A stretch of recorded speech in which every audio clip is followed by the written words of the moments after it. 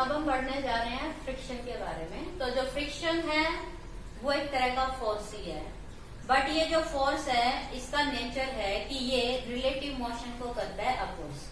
जबकि फोर्स को हम क्या पढ़ते हैं कि फोर्स इज अ पुश और pull which changes state of object. But ये जो फोर्स है जिसका नाम फ्रिक्शन है, तो this frictional force is just oppose the relative motion when the two objects surface are in contact। तो जो फ्रिक्शनल फोर्स है इसको अगर हम सिंपल सेंस में डिफाइन करेंगे तो हम सिंपली क्या ही कहेंगे कि friction force is an opposing force. Okay, it oppose the motion, it is opposing force, means it is a opposing force which oppose relative motion.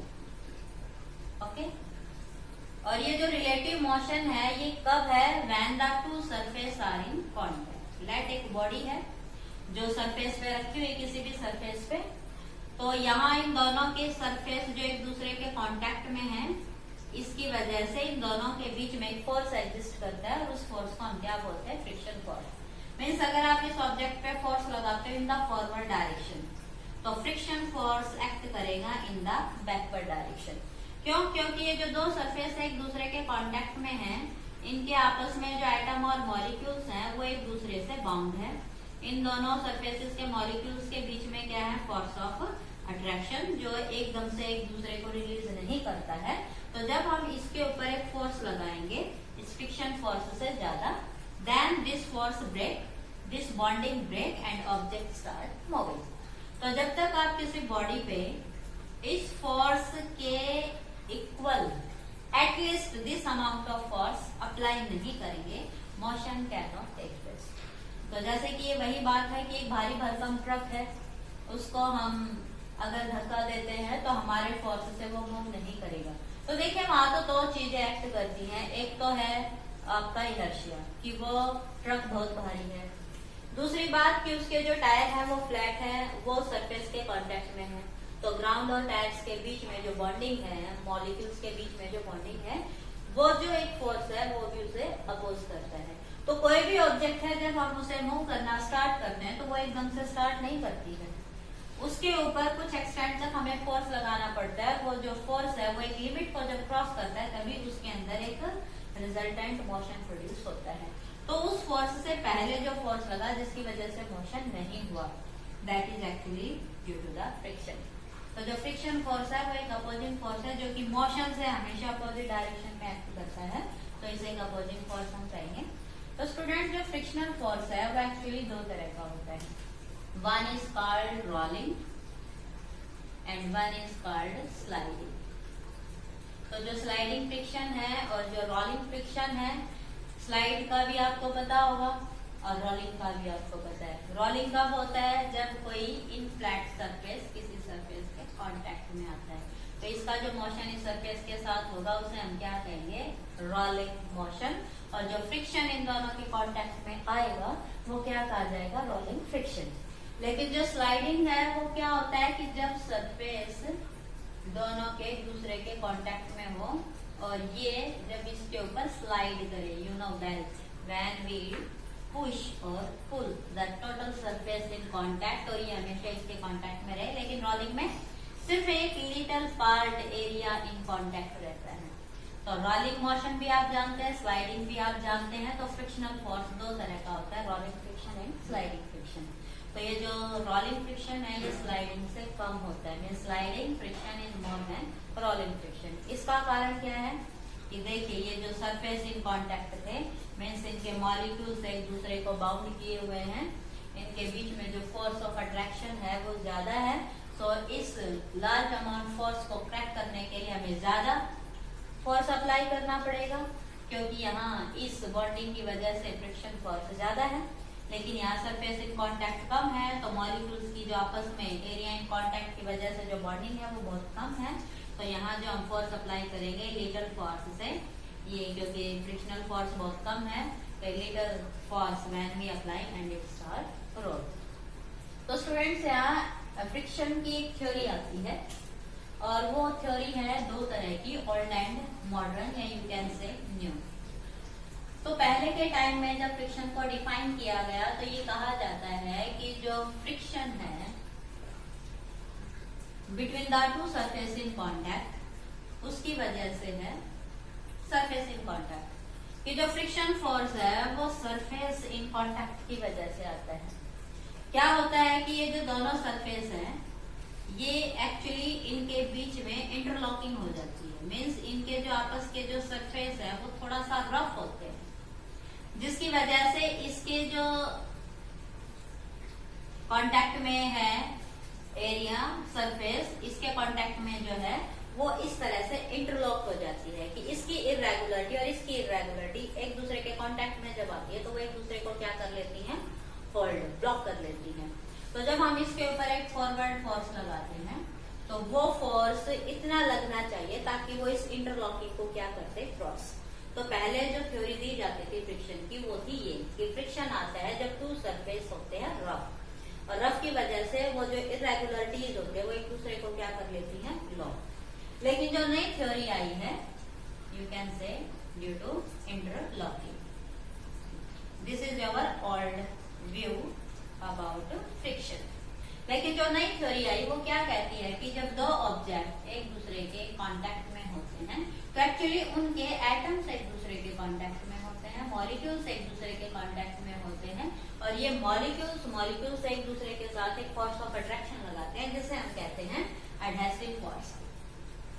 Adhesive force होता है students force of attraction between the molecules of different kind, means ये surface और इसका surface दो अलग अलग तरह के एटम मॉलिक्यूल्स का बना हुआ है। तो जब डिफरेंट काइंड्स ऑफ मॉलिक्यूल एक दूसरे के साथ अट्रैक्टिव फोर्स लगाते हैं, अट्रैक्टिव बॉन्डिंग करते हैं, उस फोर्स को हम बोलते हैं एडहेसिव फोर्स। तो जो नई थ्योरी है, मॉडर्न व्यू जो है, उसका जो फ्रिक्शन का कारण है वो क्या है, actually adhesive force between the atoms of different surface. तो एक्चुअली आज के टाइम में जो हम पढ़ते हैं फ्रिक्शन की थ्योरी वो ये है, ना कि ये this is called old theory. क्योंकि जो सरफेस इन कांटेक्ट है वो कम है या ज्यादा है, जब हम फ्रिक्शन की मैग्नीट्यूड की बात करेंगे तो एक्चुअली ये जो फ्रिक्शन फोर्स है ये सरफेस पे डिपेंड ही नहीं करता। देखिए यहाँ surface in contact nature important है, बट सरफेस इन कांटेक्ट का जो एरिया है वो इम्पोर्टेंट नहीं है, क्योंकि एक्सपेरिमेंट से बताया गया है कि अगर ज्यादा से ज्यादा सरफेस इन कांटेक्ट होगा, एरिया इन कांटेक्ट होगा तो फ्रिक्शन इंक्रीज होना चाहिए। लेकिन एक्सपेरिमेंट से पता चला है कि एरिया इन कांटेक्ट इम्पोर्टेंट नहीं है, एक्चुअली इम्पोर्टेंट है वेट ऑफ द बॉडी। इस सरफेस के ऊपर जो ऑब्जेक्ट रखा हुआ है उसका जो वेट है एक्चुअली वो डिफाइन करता है कि how much friction is take place. तो यहाँ जो आपके पास अब कंटेंट है फ्रिक्शन के बारे में वो है फ्रिक्शन के लेवल्स। तो टाइप तो हमने दो बता दी थी कि जब मोशन है वो रोलिंग होता है, स्लाइडिंग होता है, उसकी वजह से जो फ्रिक्शन ऑकर करता है that is rolling type and sliding type. लेकिन जब टू सरफेस इन कांटेक्ट है वो रोलिंग है या स्लाइडिंग है, उसको हम एक डिफरेंट वे में भी कंसीडर करते हैं, और वो जो फ्रिक्शन के टाइप हैं वो कहे जाते हैं static friction, limiting friction and kinetic friction. तो जो स्टैटिक फ्रिक्शन है वो friction take place when the two surface in contact and body at rest. तो जब किसी सरफेस के कांटेक्ट में कोई दूसरी बॉडी है, अगर ये बॉडी क्या है इन द रेस्ट स्टेट, अब जो इन दोनों के बीच में फ्रिक्शन फोर्स एक्ट कर रहा है उस फ्रिक्शन को हम क्या कहेंगे, स्टैटिक फ्रिक्शन। लिमिटिंग फ्रिक्शन क्या है कि जब ये object just at a verge of motion, कि हम इसके ऊपर फोर्स लगा रहे हैं और एक फोर्स ऐसा लगाएंगे जिससे कि that it just start to move, लेकिन ये मूव ना करे। एक हमारे पास स्टेज है that we say at a verge of motion, और एक होता है कि ऑब्जेक्ट इन मोशन। तो स्टैटिक तो तब होता है जब object just completely in the rest state on the surface. Limiting आता है जब object just at a verge of motion, की जस्ट वो मोशन के लिए तैयार है लेकिन चला नहीं है, लेकिन जब वो चल पड़ता है उस वक्त जो फ्रिक्शन ऑकर है that is called kinetic friction. तो यहाँ जब कंप्लीटली एट रेस्ट स्टेट है तो it is called static friction, और जब ये मोशन के वर्ज पे है कि जस्ट चलने को तैयार है तो उसे हम कहेंगे लिमिटिंग फ्रिक्शन FL। और जब ये मोशन में आ जाता है तब जो फ्रिक्शन आता है उसे हम कहेंगे काइनेटिक फ्रिक्शन। तो देखिए जब स्टैटिक फ्रिक्शन की हम बात करते हैं कि object is not in motion तो फ्रिक्शन इज वेरी लार्ज, क्योंकि फ्रिक्शन कम होता तो मोशन स्टार्ट ही हो जाता। तो static friction is the maximum, okay, but it is greater than, maximum तो है ही, मीन्स ये लिमिटिंग फ्रिक्शन से भी ज्यादा है और काइनेटिक फ्रिक्शन से भी ज्यादा है। तो जो स्टैटिक फ्रिक्शन है वो एक्चुअली इसकी जो मैक्सिमम वैल्यू होगी वो इसके रेंज में होती है लिमिटिंग फ्रिक्शन की, ओके। और जो लिमिटिंग फ्रिक्शन है ये मैंने उल्टा लिख दिया, हाँ ठीक है, बिल्कुल ठीक है, कि जो स्टैटिक फ्रिक्शन है वो लिमिटिंग फ्रिक्शन से ज्यादा है और लिमिटिंग फ्रिक्शन है वो काइनेटिक फ्रिक्शन से ज्यादा है। मीन्स अगर हम इन तीनों टाइप के फ्रिक्शन की बात करें उन तीनों टाइप में जो मैक्सिमम फ्रिक्शन है वो कौन सा है, स्टैटिक, और जो मिनिमम है वो क्या है, काइनेटिक। तो जब हमने कह रखा है कि भाई फ्रिक्शन है वो अपोजिंग फोर्स है जो मोशन को अपोज करता है, तो जो मोशन ना होने दे maximum friction is called static friction. Motion को जो स्टार्ट होने के लिए तैयार कर दे तो इट इज लिमिटिंग फ्रिक्शन, और जब ऑब्जेक्ट मोशन में आ जाए उसके बाद भी अगर कोई फ्रिक्शन रहता है तो it is called kinetic friction. तो ये है 3 काइंड्स ऑफ फ्रिक्शन। तो यहाँ जो स्टैटिक फ्रिक्शन है इसको कहा जाता है सेल्फ एडजस्टिंग फोर्स। इसे सेल्फ एडजस्टिंग क्यों कहा जाता है, क्योंकि static friction is a self adjusting force. क्यों, क्योंकि देखिए जो फ्रिक्शन है वो कम होगा या ज्यादा होगा ये अपने आप डिफाइन कर लेता है, क्योंकि जब एक बॉडी किसी दूसरी के कांटेक्ट में होती है तो अगर हम अप्लाइड फोर्स ज्यादा लगा रहे हैं तो एक्चुअली यहाँ स्टैटिक फ्रिक्शन क्या है, ज्यादा, और अगर इसको मूव करने में हमें कम फोर्स लगाना पड़ रहा है तो एक्चुअली स्टैटिक फ्रिक्शन क्या है, कम। तो यहाँ जो अप्लाइड फोर्स है उससे हमें पता चल जाता है कि स्टैटिक फ्रिक्शन कम है, ज्यादा है, तो इसकी वैल्यू अपने आप ही एडजस्ट होती रहती है, that depend on your applying force. तो जो अप्लाइड फोर्स है वो कम है तो इट मीन्स स्टैटिक फ्रिक्शन कम है, और अप्लाइड फोर्स अगर बहुत ज्यादा लग रहा है तो इट मीन्स या स्टैटिक फ्रिक्शन बहुत ज्यादा है। तो ये अपने आप ही एडजस्ट कर लेता है, वैल्यू कम है या ज्यादा है वो हमें पता चल जाती है by our applied external force.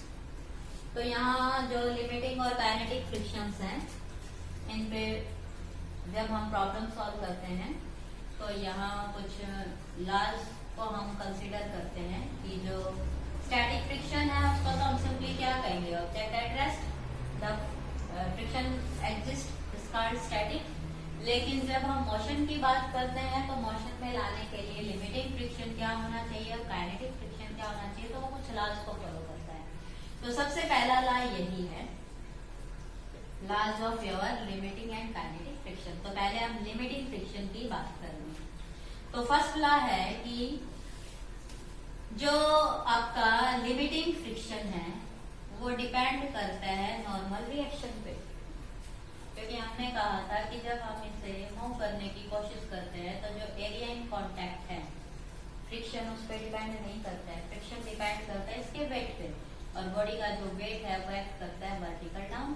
तो इसी की एवरेज में से क्या मिलता है, एक नॉर्मल रिएक्शन, अंडरस्टैंड। तो जो वेट है उसके अकॉर्डिंग कितना जो कांटेक्ट फोर्स मिल रहा है that is called your normal reaction, कि इस सरफेस में इस पे कितना फोर्स लगा है, इसका क्या वेट है, तो वो हमें पता चलता है इसकी नॉर्मल रिएक्शन से। तो जो लिमिटिंग फ्रिक्शन है वो किस पे डिपेंड करता है, नॉर्मल रिएक्शन से। तो जब हम इसे सॉल्व करते हैं तो एक कांस्टेंट आता है new, and that is called coefficient of limiting friction. ये जो न्यू एल है it is called coefficient of limiting friction. और जब हम कोएफिशिएंट निकालेंगे तो क्या आ जाएगा, friction force upon normal reaction. तो इस पे बेस काफी प्रॉब्लम्स आती हैं, तो ये आपके लिए एक इम्पोर्टेंट ला है। दूसरा ये है कि यही से आ गया कि don't depend in area of contact. तो जो एरिया ऑफ कॉन्टैक्ट है उसके क्या है, ये इंडिपेंडेंट है। ओके। थर्ड जो इसका ला है वो ये है कि ये एक्चुअली किस पे डिपेंड करता है, नेचर ऑफ मटेरियल। तो ये डिपेंड करता है nature of material in contact. Understand कि जो दो सरफेस एक दूसरे के कांटेक्ट में उनका मटेरियल क्या है, ये उस पर डिपेंड करता है। तो एरिया के इंडिपेंडेंट होता है, नेचर ऑफ मटेरियल के डिपेंडेंट होता है। ओके। और ये किस पे डिपेंड करता है, नॉर्मल रिएक्शन पे। क्लियर। दूसरा ये कहता है कि जो वेलोसिटी होती है उस पर डिपेंड नहीं करेगा, स्पीड पे डिपेंड नहीं करता है, क्योंकि ये just at a verge of motion होता है। तो ये इसके डिफरेंट लॉज हैं जिन्हें हम याद रखेंगे। अब बात आती है काइनेटिक फ्रिक्शन की। तो यहाँ जो काइनेटिक फ्रिक्शन है, यहाँ हम इसको किससे रिप्रेजेंट करेंगे, कैसे कैसे और कैसे। तो ये जो कोफिशिएंट आएगा वो क्या बन जाएगा, कोफिशिएंट ऑफ काइनेटिक फ्रिक्शन। देखिए ये भी एरिया ऑफ कांटेक्ट पे डिपेंड करता है, क्योंकि जब मोशन में आएगा तो जो एरिया इन कांटेक्ट है वो कितना है, ये उस पे डिपेंड करता है। ओके। तो यहाँ जो आपके पास लॉज हैं लिमिटिंग और काइनेटिक के, उनमें जस्ट एक लिटरली डिफरेंस है। नेक्स्ट है, यहाँ जब हम बात करते हैं फ्रिक्शन की तो यहाँ दो टर्म्स और आती हैं, angle of friction and angle of repose. इन पे भी बेस्ट क्वेश्चन आते हैं, जनरल सी टर्म्स हैं। एंगल ऑफ फ्रिक्शन को आपकी बुक में शो कर रखा होगा थीटा से, और जो एंगल ऑफ रिपोज है इसको लिखा होगा अल्फा से। जब हम इन्हें कैलकुलेट करते हैं, इनकी जब वैल्यू फाउंड आउट करते हैं तो मैग्नीट्यूड दोनों का सेम होता है, लेकिन दोनों का तरीका है डिफरेंट। मैग्नीट्यूड वाइज दोनों सेम है but method is different, definition is different. तो फर्स्ट ऑफ ऑल हम बात करेंगे एंगल ऑफ फ्रिक्शन की। तो जो एंगल ऑफ फ्रिक्शन है वो एक्चुअली एंगल होता है between frictional force and resultant of weight का जो नॉर्मल रिएक्शन था और जो फ्रिक्शन फोर्स था, लेकिन हमने आर को लिख लिया है नॉर्मल रिएक्शन। तो यहाँ आप इस रिजल्टेंट को किसी और नाम से रिप्रेजेंट कीजिए, दैट यू कैन से कि अगर हम ये कहें कि सरफेस के कांटेक्ट में ये बॉडी है, इस पे जो वेट एक्ट कर रहा है mg, इसका जो नॉर्मल रिएक्शन होगा वो क्या है r, और जो इन दोनों के बीच में फ्रिक्शन फोर्स है वो क्या है, दिस F। तो इस फोर्स का और इस फोर्स का जो रिजल्टेंट होगा वो होगा via the parallelogram law of vector addition. तो ये जो रिजल्टेंट है ना, दिस आप इसे आर डैश से कह लीजिए। ओके। तो ये जो रिजल्टेंट है इन दोनों का, और ये जो आपका है सिंपली नॉर्मल रिएक्शंस, इनके बीच में जो एंगल है, यहाँ फोर्स नहीं बल्कि this is our angle of friction. Okay. तो जब हम इस एंगल ऑफ फ्रिक्शन को निकालेंगे तो हम एक राइट एंगल ट्रायंगल कंसीडर कर लेते हैं इन दिस पैरेललोग्राम। तो ये जो आपके पास थीटा आएगा, इसे हम किससे निकालेंगे, टेंजेंट ऑफ थीटा से। तो एक राइट एंगल ट्रायंगल है तो टेंजेंट ऑफ थीटा क्या होता है, परपेंडिकुलर अपॉन बेस। तो परपेंडिकुलर है दिस है और बेस है दैट इज अवर आर, और ये F अपॉन आर हमने क्या कहा था, कोफिशिएंट ऑफ फ्रिक्शन। तो आप इस एंगल ऑफ फ्रिक्शन को ये भी कह सकते हैं और आप इस एंगल ऑफ फ्रिक्शन को क्या भी कह सकते हैं, कोफिशिएंट ऑफ फ्रिक्शन। तो जो एंगल ऑफ फ्रिक्शन है वो इस नॉर्मल रिएक्शन और इस resultant of this R at F. तो आर और एफ का जो रिजल्टेंट है उसके और इस नॉर्मल रिएक्शन के बीच में एंगल होता है। अब बात आती है एंगल ऑफ रिपोज। तो जो एंगल ऑफ रिपोज है वो होता है एंगल ऑफ इंक्लाइनेशन। फ्लैट ये सरफेस है और इस सरफेस के ऊपर कोई प्लेन है, वो एक एंगल अल्फा पे इंक्लाइंड है।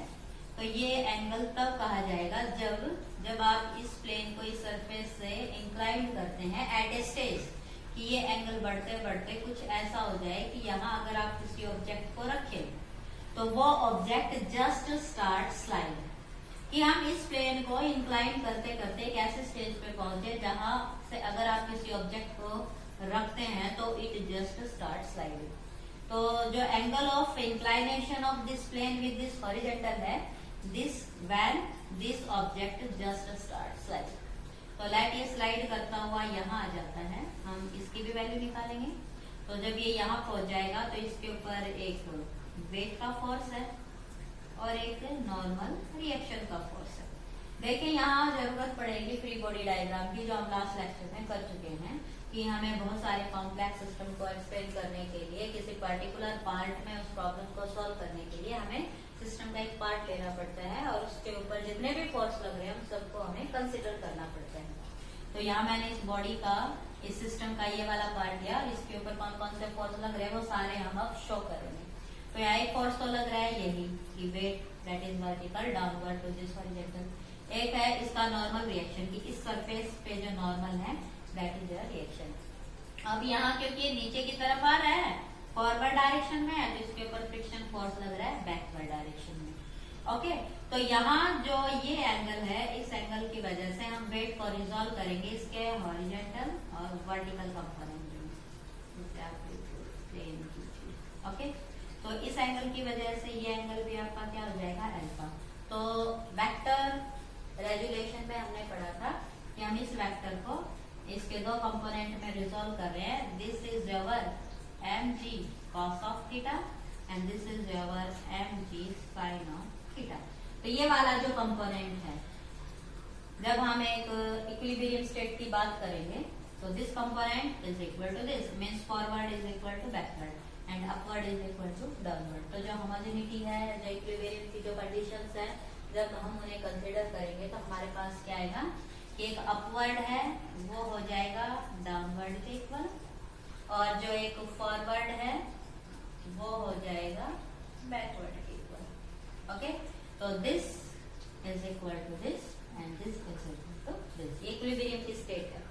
अब हमें चाहिए अल्फा, ये थीटा नहीं लिखेंगे, ये एंगल था अल्फा, तो आप इसे क्या ही लिखिए अल्फा। अल्फा था तो अल्फा ही रहेगा। तो this is cos of alpha and this is our sine of alpha.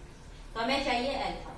तो अल्फा निकालने के लिए आपके पास सबसे इजी, आप दोनों इक्वेशंस को डिवाइड कर दीजिए। डिवाइड करोगे तो आपके पास cos अपॉन साइन को हम क्या कहते हैं कॉट, और ये क्या आ गया r बाई f। और अगर आप इसे पलट देंगे टेंजेंट ऑफ अल्फा कर दोगे तो ये क्या बन जाएगा f बाई r।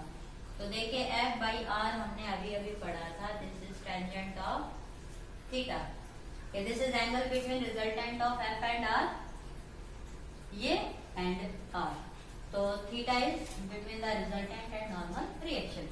तो यहाँ से जो टेंजेंट ऑफ थीटा है वो टेंजेंट ऑफ अल्फा के इक्वल है और वो क्या है ये, और ये क्या है ये। तो ये आपके पास एक न्यूमेरिकल प्रॉब्लम को सॉल्व करने का बहुत इंपॉर्टेंट रूल आ गया है कि जो कोएफिशिएंट ऑफ फ्रिक्शन है वो होता है फ्रिक्शन एंड नॉर्मल रिएक्शन।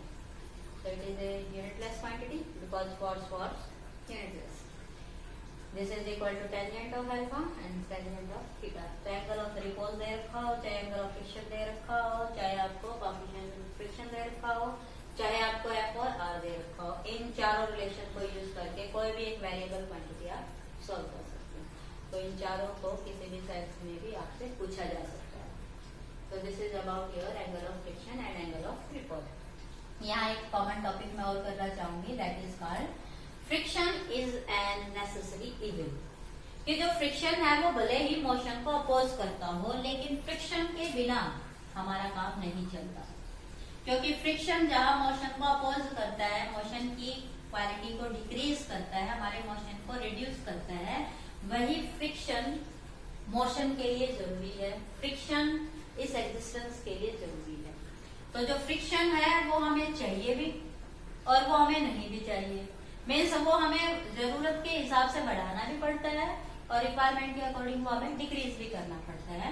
सो हमें चाहिए कि नहीं चाहिए, कम चाहिए, ज्यादा चाहिए, तो हम फ्रिक्शन को एलिमिनेट नहीं कर सकते, फ्रिक्शन को हम रिड्यूस कर सकते। फ्रिक्शन इन नेचर रहेगा ही रहेगा। ओके, तो जो फ्रिक्शन है वो एक्चुअली कहा जाता है एक नेसेसरी इविल। तो जब आपसे पूछा जाए कि how friction is a necessary evil, तो ये क्या है कि फ्रिक्शन रिक्वायर भी है, कि फ्रिक्शन की रिक्वायरमेंट भी है और फ्रिक्शन को रिड्यूस भी करना पड़ता है। तो जब हमें रिक्वायरमेंट होती है तो फ्रिक्शन इंक्रीज करना चाहते हैं, और जब फ्रिक्शन नहीं चाहिए तो वो हमें रिड्यूस करना होता है, लेकिन हम फ्रिक्शन को कभी भी एलिमिनेट नहीं कर सकते। तो इसकी रिक्वायरमेंट कहाँ कहाँ है, तो देखिए फ्रिक्शन की वजह से ही हम चल पाते हैं। ओके, जो वॉकिंग, रनिंग, जंपिंग है वो सब किसकी वजह से, फ्रिक्शन की। क्योंकि जब तक टू सरफेस इन कांटेक्ट नहीं आएंगे, क्योंकि चलने के लिए हम क्या कहते हैं कि हम क्या करते हैं कि जो ऑब्जेक्ट है वो ग्राउंड को पुश करता है। तो ये ग्राउंड को पुश तो तब कर पाएगा ना जब ये ग्राउंड के कांटेक्ट में रहेगा। तो जब ग्राउंड इसे होल्ड करेगा तभी तो ये पुश कर पाएगा, और जब ग्राउंड इसके होल्ड में है, ग्राउंड को पुश करता है, तो ग्राउंड भी इसे पुश करता है। तो ये जो हमारी वॉकिंग, रनिंग है, ये सब किसकी वजह से, एक फ्रिक्शन की वजह से, कि जब तक ये दो सरफेस कांटेक्ट में नहीं आएंगे कैसे ग्राउंड को पुश कर पाएगा, और जब तक ग्राउंड पे एक्शन नहीं होगा हम कैसे रिएक्शन लेंगे, कैसे हम फॉरवर्ड मोशन में जाएंगे। ओके, इसी तरह से जो फ्रिक्शन है वो कहता है कई बार जब सड़क पे, रास्ते पे, रोड पे बर्फ जम जाती है या चिकनी मिट्टी होती है, स्लिपरी रास्ता होता है, तो हम माटी की नहीं पाते, चलना मुश्किल हो जाता है। तो क्या करना पड़ता है, उस पे सैंड स्प्रेड करनी पड़ती है, मिट्टी डालनी पड़ती है, रेत डालना पड़ता है, ताकि कांटेक्ट में कुछ फ्रिक्शन वहां आ जाए। इसी तरह से जो कंट्रीज हैं जहाँ बहुत ज्यादा बर्फ पड़ती है, तो सड़कों पे फ्रिक्शन इंक्रीज करने के लिए साल्ट डाला जाता है, ताकि कुछ सरफेस इन कांटेक्ट में फ्रिक्शन रह जाए और वो मोशन हो जाए। जो टायर्स होते हैं व्हीकल्स के, उनके अंदर आपने देखा होगा काफी डार्क प्रोजेक्शंस होते हैं। इसी तरह से जो हमारे शूज और चप्पल हैं, उनकी जो सोल होती है, उनकी बॉटम में भी कुछ डिजाइन किए होते हैं, कुछ प्रोजेक्शंस होते हैं, इरेगुलरिटीज होती हैं। अगर ऐसा ना हो तो हम ग्राउंड के कांटेक्ट में ही नहीं रहेंगे, तो वो वॉकिंग मोशन का पर्पज ही नहीं होगा। तो ये है फ्रिक्शन बढ़ाने के फील्ड। फ्रिक्शन घटाने के फील्ड्स क्या है, कि जैसे कि कोई मोटर है, व्हील है, ओके, तो जो मशीन्स हैं जहाँ बहुत सारे व्हील्स होते हैं, तो वहां अगर कंपोनेंट्स के बीच में फ्रिक्शन होगा तो वो एक दूसरे से उलझे रहेंगे, जिससे कि सिस्टम के वियर और टीयर की पॉसिबिलिटीज बढ़ जाती है। तो अगर ज्यादा फ्रिक्शन होगा तो वो साउंड भी प्रोड्यूस करता है, इरिटेटिंग साउंड प्रोड्यूस करता है, प्लस वो आपस में जब फ्रिक्शन होगा तो सिस्टम के जो पुर्जे हैं, वो जो सरफेस है वो रफ हो जाती है, तो मोशन रिड्यूस हो जाता है, अननेसेसरी साउंड प्रोड्यूस होती है। तो ऐसे केस में हमें फ्रिक्शन को रिड्यूस करना होता है। ओके, तो सरफेस अगर रफ होगा बहुत ज्यादा तो सिस्टम वियर एंड टियर हो जाएगा, मेटल सरफेस या सरफेस इन कांटेक्ट जो भी है वो रफ हो जाएंगे, जो कि मोशन को क्या करते हैं, वो स्पीड को क्या कर देते हैं, डिक्रीज। तो जब हमें फ्रिक्शन को डिक्रीज करना हो तो हमें क्या करना पड़ता है, लुब्रिकेंट्स लगाने पड़ते हैं, लुब्रिकेंट्स भरने पड़ते हैं। ऑयल लुब्रिकेंट देखा होगा मशीनों में, जहाँ कहीं भी घूमने वाली जगह होती हैं, व्हील्स होते हैं, वहाँ लुब्रिकेंट्स डाले जाते हैं, ग्रीस डाली जाती है, ऑयल डाला जाता है मशीनों में। इसी तरह से बॉल बियरिंग यूज किए जाते हैं। बॉल बियरिंग भी क्या होते हैं, वो मेटल के स्फीयर्स होते हैं, ओके, जो स्फेरिकल कांटेक्ट उनके सरफेस बहुत कम होते हैं, तो वहाँ जब एक मोशन एंटी क्लॉकवाइज होता है तो जो कांटेक्ट में होते हैं उनके क्लॉकवाइज होते हैं। तो वो जो बॉल बियरिंग सिस्टम होता है वो फ्रिक्शन को काफी हद तक रिड्यूस करता है। मीन्स बॉल बियरिंग में एक तरह से आपके सरफेस वाली बात हो जाती है, रोलिंग वाली बात, कि जो रोलिंग होती है उसमें सरफेस इन कांटेक्ट बहुत कम होता है और वो मोशन को क्या कर देते हैं, फास्ट। तो these are your different reasons where friction have to reduce. तो फ्रिक्शन को रिड्यूस करना पड़ता है जब मोशन को इंक्रीज करना होता है, और फ्रिक्शन को इंक्रीज करना पड़ता है जब हमें मोशन चाहिए होता है। तो ना तो बहुत ज्यादा फ्रिक्शनल सरफेस हमारे किसी काम का है और ना ही फ्रिक्शनल लेस। तो लाइफ के ऐसे बहुत सारे एस्पेक्ट और फील्ड हैं जहाँ फ्रिक्शन की रिक्वायरमेंट होती है, और बहुत सारे ऐसे फील्ड हैं जहाँ फ्रिक्शन को रिड्यूस किया जाता है। तो इस चैप्टर से रिलेटेड बाकी जो टॉपिक्स हैं दैट इन नेक्स्ट